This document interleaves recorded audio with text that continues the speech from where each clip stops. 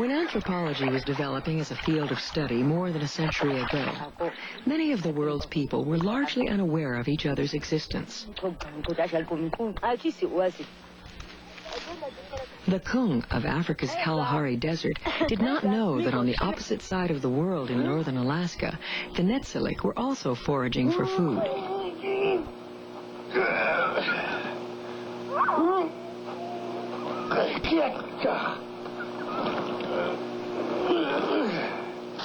Mayan horticulturalists of Central America did not know that the Mendi of New Guinea also practiced slash-and-burn subsistence gardening.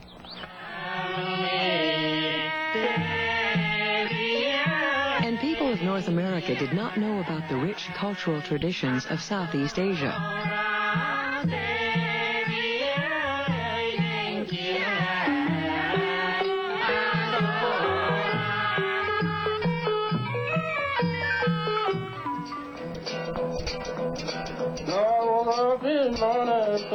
Today, people from all over the world live in close proximity in large urban areas. We are learning more about each other all the time.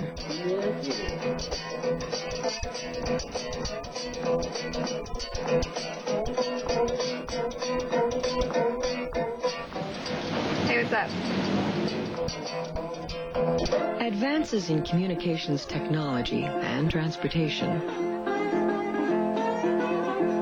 have brought people together and driven them apart.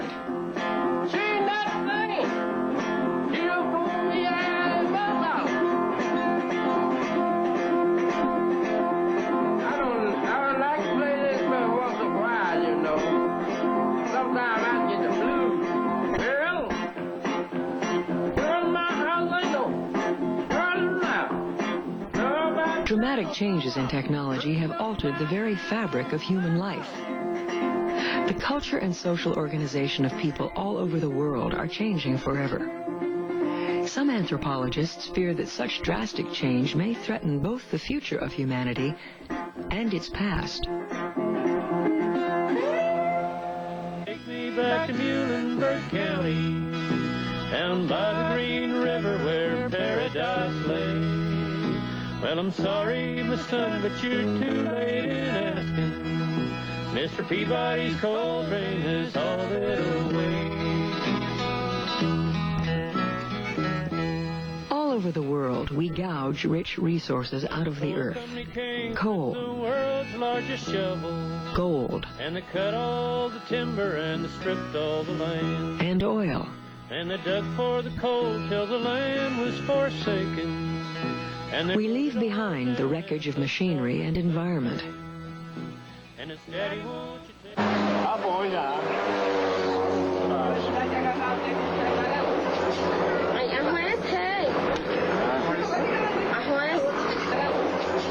All too often, we also leave behind the wreckage of a culture that was once self-sufficient, but is now dependent on the generosity of outsiders.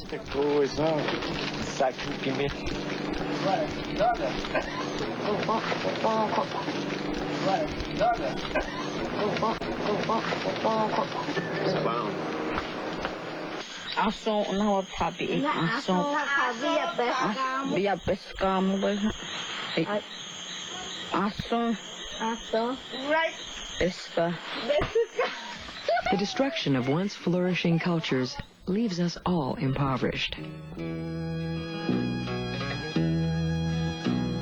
When I was a child, my family would travel down to western Kentucky where my parents was born.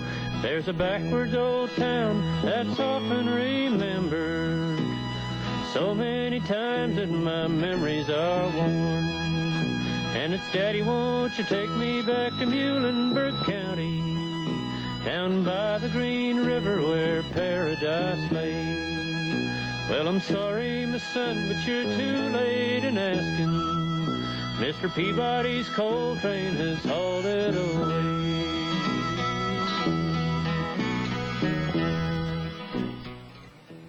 Mountaintops were my greatest treasure because I could go up in those mountains, take my dog and gun and go up in those mountains and stand on a peak and look down in the fog-filled valleys and see nothing but a peak poking up through the fog here and there, and it looked like some rhyme of the ancient man or sea, you know.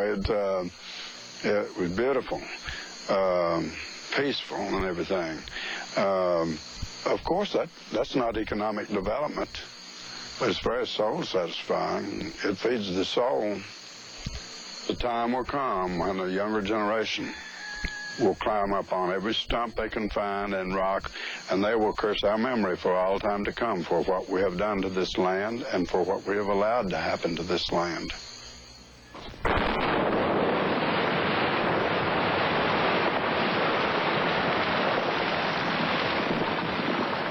Some have questioned whether humanity has a future if it continues to relentlessly exploit the Earth's resources and ignore the impact on traditional populations and cultures. Some anthropologists believe that technology, with its capacity for shrinking the world, will lead to a global culture, one in which the differences that distinguish us as human groups will disappear. They fear that widespread transmission of Western values and culture will result in the loss of many cultures, including traditions that have enriched humanity for all of its history. One of the most compelling questions facing us today is how to preserve the diversity of human cultures while making available the advantages of modern technology, breakthroughs in medical research, and popular forms of entertainment. But indigenous people all over the world are making the future their own by taking back their past. Counteracting the growth of a one-world culture are people like the Kwakiutl of Alert Bay off the western coast of Canada. A lot of people have heard about the Kwakiutl.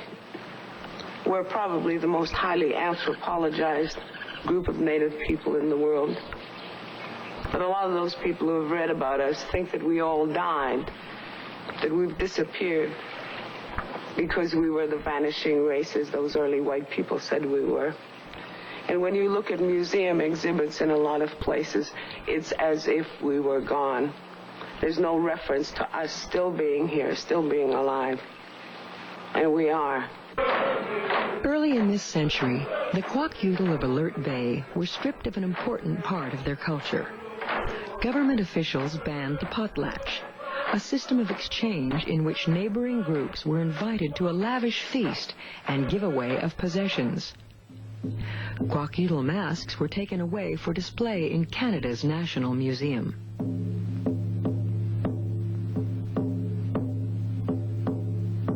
For some years, we negotiated with the National Museum of Man to have the masks returned to us.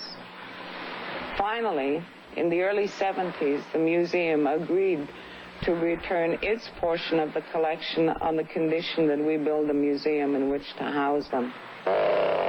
Working with cedar logs, Kwakiutl carvers prepared the posts and beams to support the building, which was designed to blend past and present.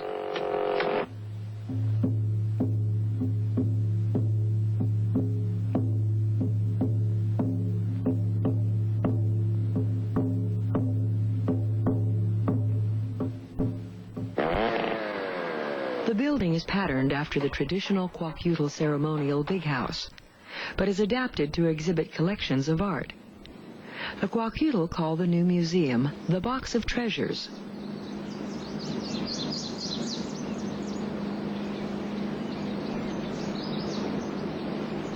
The masks and other objects from the National Museum are the focus of the exhibit.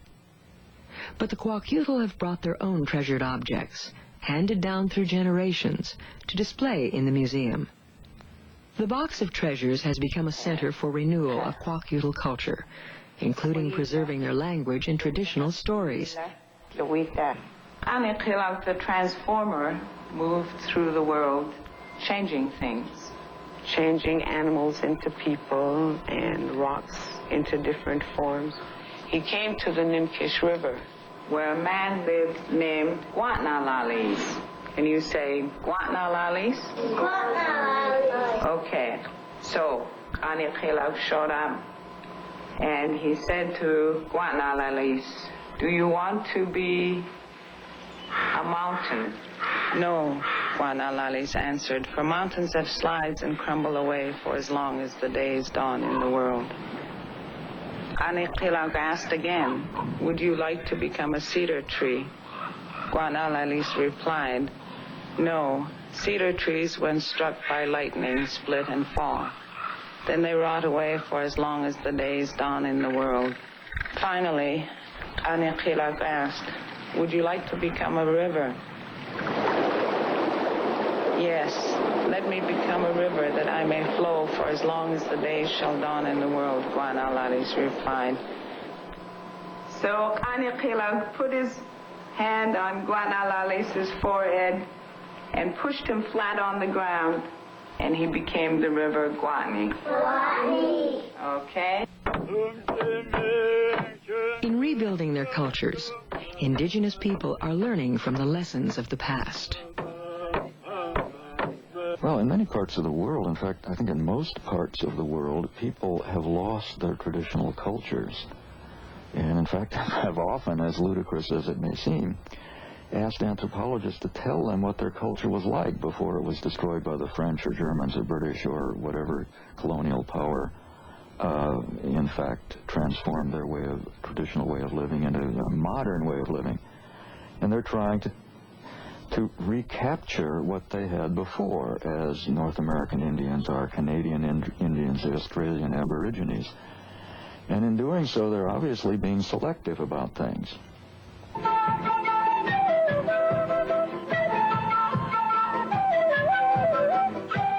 In many parts of the world, indigenous people are attempting to define what the future of humanity means to the survival of their culture.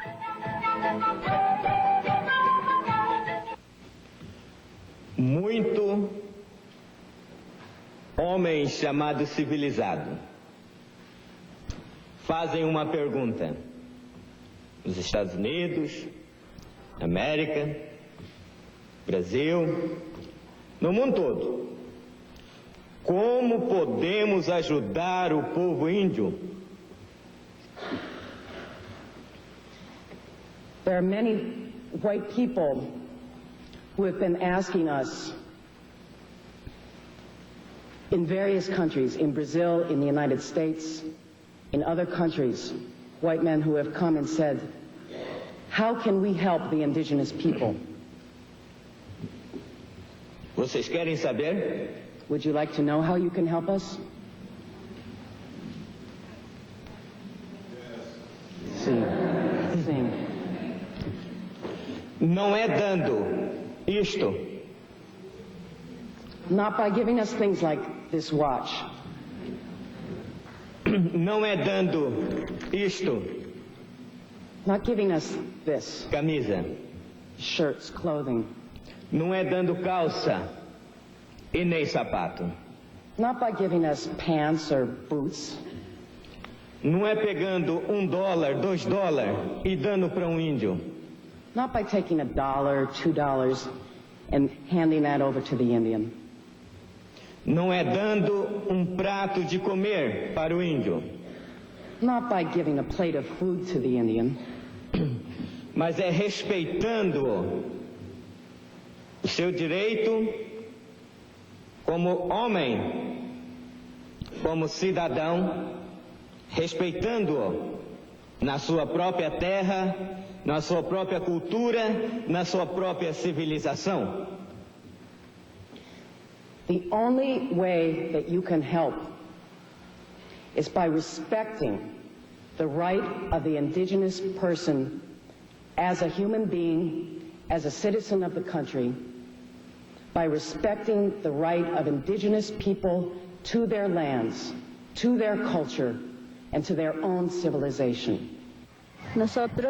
This has not been an encounter between two worlds, but the invasion of one to the other, in which we, the peoples and civilizations of the entire American continent, have been the victims. Pueblos y las civilizaciones de todo el continente americano.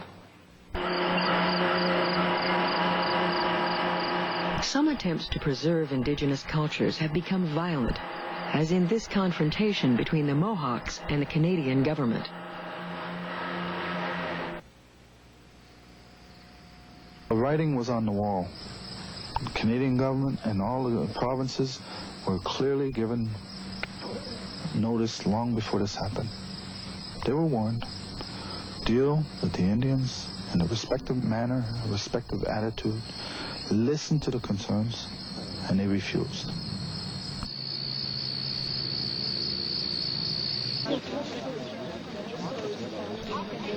It's a reality now that the Indian people have been pushed far enough. We have been polite too long. When people come and take over our land, it's time to say, excuse me, but this is my land, and you're not going to have this last piece.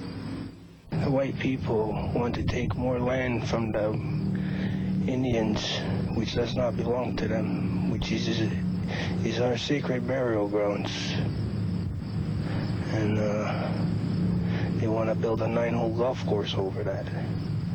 And that's why the dispute is on over here.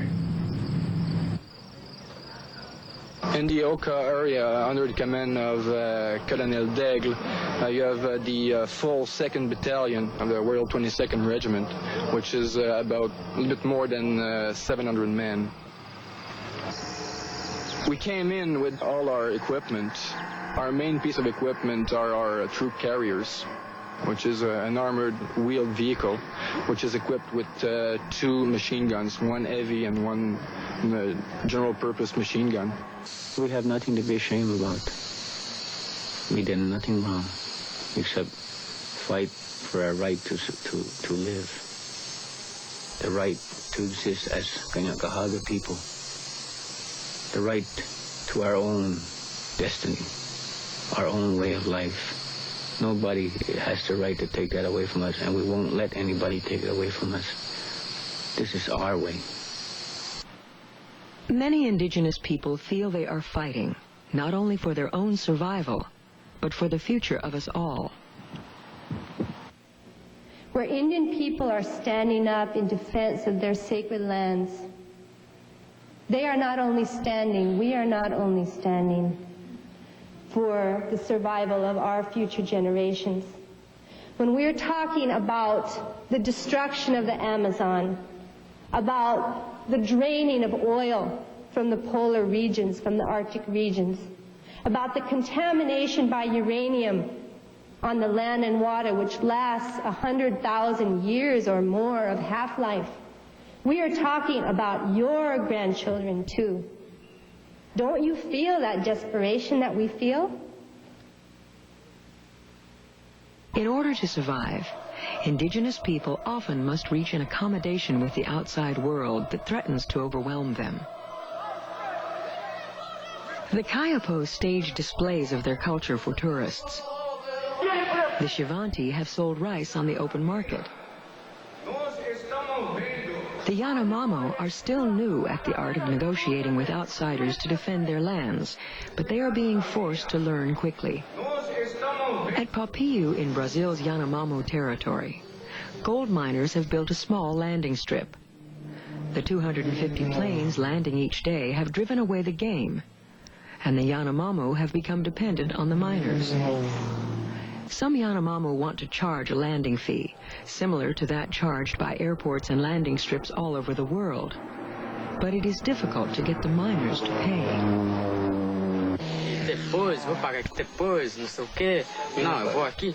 Era para ser os aviões pousa daqui, né, Papiu.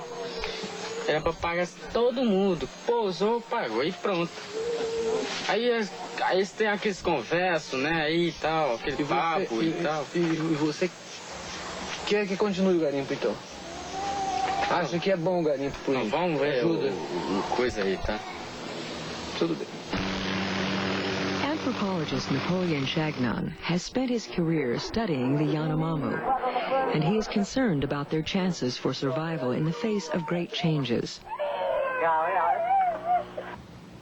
What the remaining native peoples of the world most need for their survival. And by survival, I mean not only cultural survival, but their biological survival, is guaranteed rights to their land and some kind of health program that will attend to diseases that were introduced to them as a consequence of contact with the outside world. In Venezuela, where Chagnon studied, government officials have set aside almost all of Yanomamo territory as a biosphere reserve. The Biosphere Reserve is an ecological experiment aimed at protecting not only the Yanomamo, but the plants and animals on which their culture depends. I think the concept of a biosphere reserve, which is guaranteeing not only rights and future survival of human beings, but of all creatures. I mean, it is kind of anthropocentric to think that these areas are being laid aside just for human beings. I mean, animals are critters too, and I think it's important to save them as well as it is the people who depend on them. Such ambitious projects as Venezuela's Biosphere Preserve must be approached with caution to avoid making the Yanomamo captives in their own land, just as many American Indian groups have become economic and political captives on their reservations. And some Indians warn against losing the essence of their humanity. We have an invisible web that only people with understanding can see, that web that ties us all together, that makes us truly brothers and sisters, but it ties us together spiritually.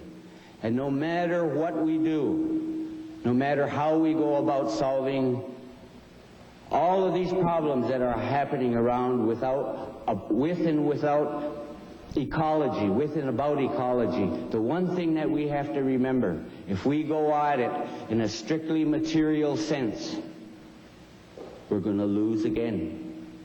There has to be a spiritual foundation. That web that ties us together has to remain strong.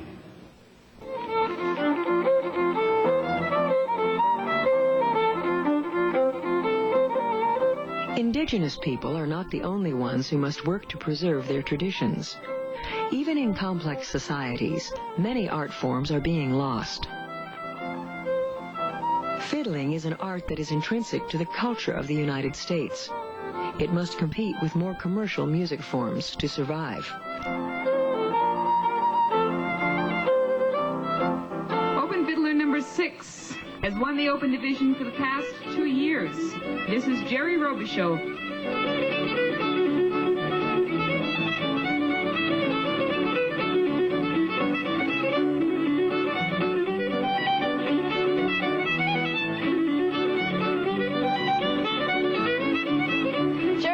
Is my fiddle teacher. We go to all the competitions around this area, and Jerry is one of the best fiddlers around here, and he has a really great style, and that's what we wanted to get from him, so we've been going to his house about once a month or so, and he'll tape us a bunch of tunes and he'll play for us.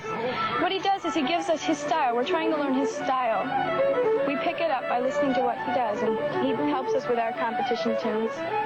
And since we've been taking from him, we've been doing a lot better, seeing us doing something right. These kids are already fiddlers, but they're also half and half violinists. The only thing I could teach them was the use of their wrist, how to blow their tunes better. A violinist will use most of his bow for his whatever he's playing. And if he wants to turn into a fiddler, he's going to have to change his style. If you use too much bow, you run out of notes. You gotta keep going up and down. You gotta pick up on your way down what you lost on your way up.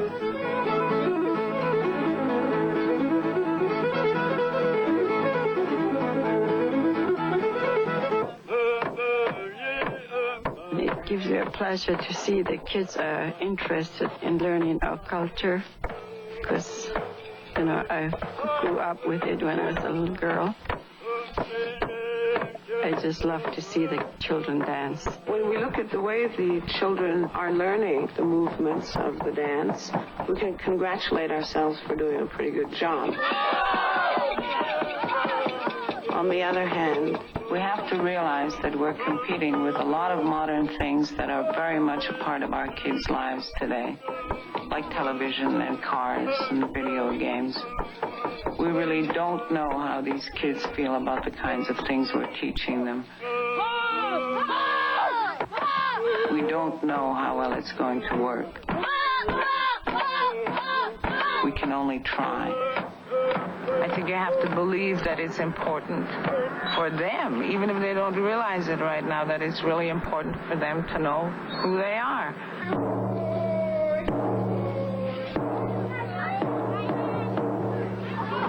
We've won some victories, the people in this area. The masks have come home. The old people are teaching the children what they know. We're rebuilding and we're growing stronger in all sorts of ways. We use this center as a focus of that rebuilding. And all the time that we're doing these things with our kids, we realize that there are all sorts of other things happening outside of this center over which we have no control. But most of all, we celebrate the fact that we're still alive, we're still here. We've survived, and we'll continue to survive, and we're always going to be here.